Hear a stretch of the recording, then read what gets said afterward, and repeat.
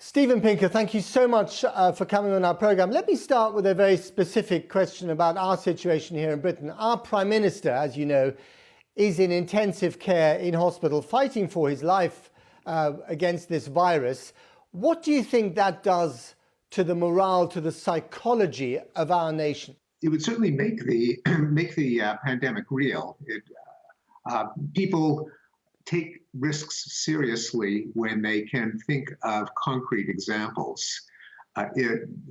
Statistics generally don't make risks real to people, but if there's an example that comes to mind, then they know it's serious. If an accident has happened to a friend, they take that kind of accident seriously, whether it's a bike accident, a shark attack, a car accident, cancer. And so having such a salient public figure being visibly stricken means that people will certainly take it seriously. And yet we're obsessed with these statistics, aren't we? We're glued to these daily numbers of mortality and the numbers of infections. And then, of course, the armory of this so-called war, the numbers of ventilators and ICU beds. What is it about our human nature that makes us want to count this crisis? I think we might have the opposite problem, that we don't count enough. It is human intuition is really driven more by narratives, by images, by anecdotes, by salient examples. And most public health officials wring their hands over the fact that people are not sufficiently attentive to numbers. Only when it happens to someone they know do they take it seriously.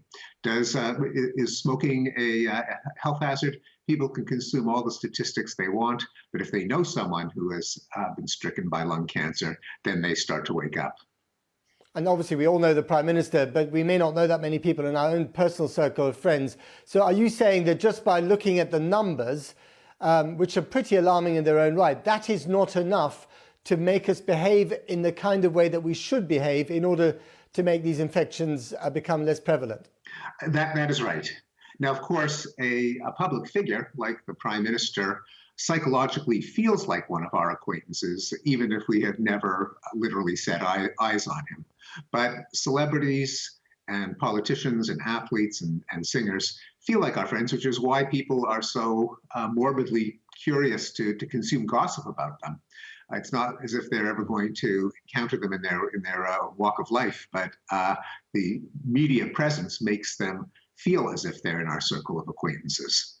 Now, you're perhaps one of the most famously optimistic public intellectuals. You're a glass half full kind of guy, as opposed to half empty.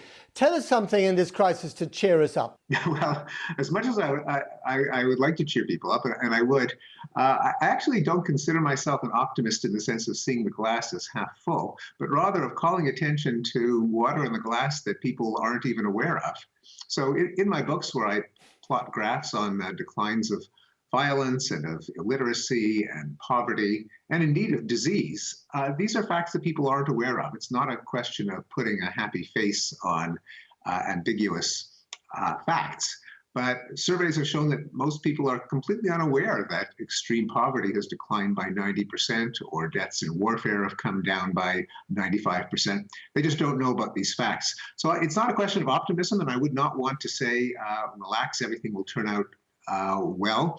I think they will if we take the appropriate measures. And in looking at the progress that we have enjoyed, it's important not to think that there's just some natural arc of history that carries us ever upward, that good things happen, that the universe contains a force that makes people better off. Quite the opposite. The universe doesn't care about us. It's trying to grind us down. Disease being a prime example. We are sitting ducks for germs. We always have been. It's in the nature of life. We are big, yummy hunks of food from the eyes of a virus or a bacterium. And it's to be expected that they will evolve ways of finagling their way into us and consuming us from the inside. Now, of course, we fight back. We have an immune system, but we also have ingenuity. We can invent vaccines and drugs and public health measures.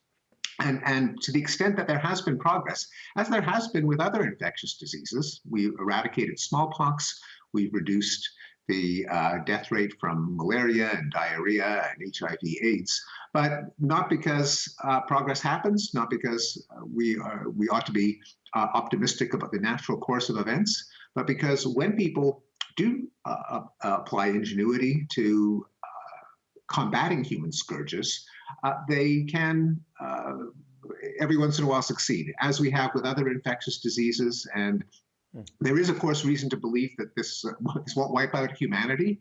We are implementing public health measures like disinfection and social distancing that have started to bend the curve, particularly in the some of the most afflicted countries like China, but also ones that have taken even more stringent measures, such as New Zealand and South Korea.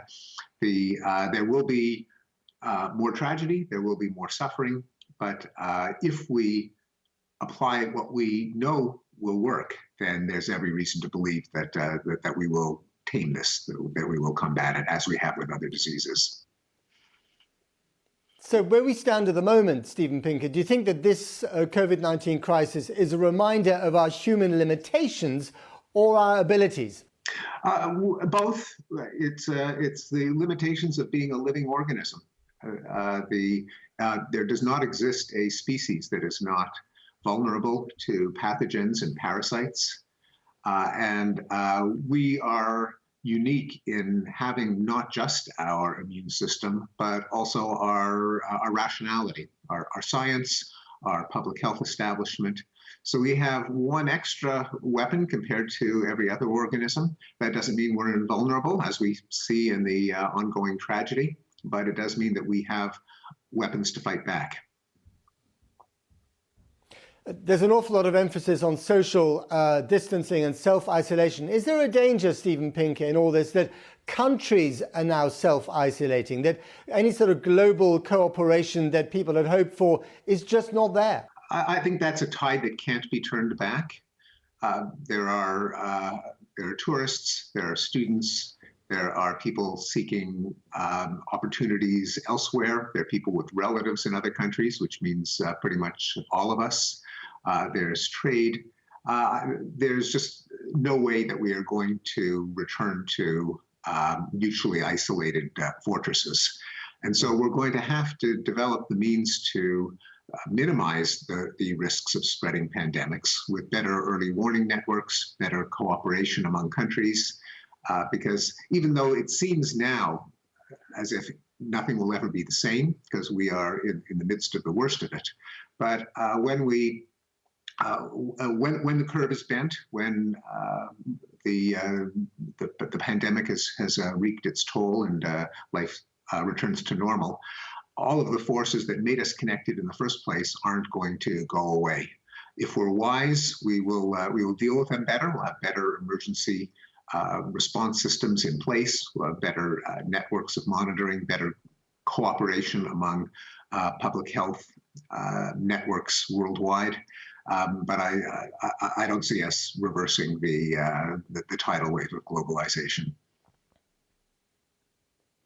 This virus is a great leveler. It doesn't care about boundaries or political parties or rich and poor or religion for that matter. Do you think that once this is over, it will have changed the world, and in positive ways or negative ways? I think we're apt to overestimate how much it will change the world. That once we deal with it, people sadly often have short memories. That all of the rest of life will continue to function in the way that it has. There will be changes. I hope there will be healthy changes, such as greater awareness of the constant threat of epidemics and pandemics, greater trust in legitimate expertise and knowledge. But as with the wake of 9/11, where everyone was predicting life will never be the same, that everything will change, that we'll never have big sports gatherings and corporations won't have headquarters in a single building, and it'll be the death of irony. When we're in the thick of a crisis, punditry goes into overdrive, and we imagine that the disruption that we are currently facing now will be permanent, but there's a massive tendency to slip back into life as normal, and I think that will be the overwhelming tendency.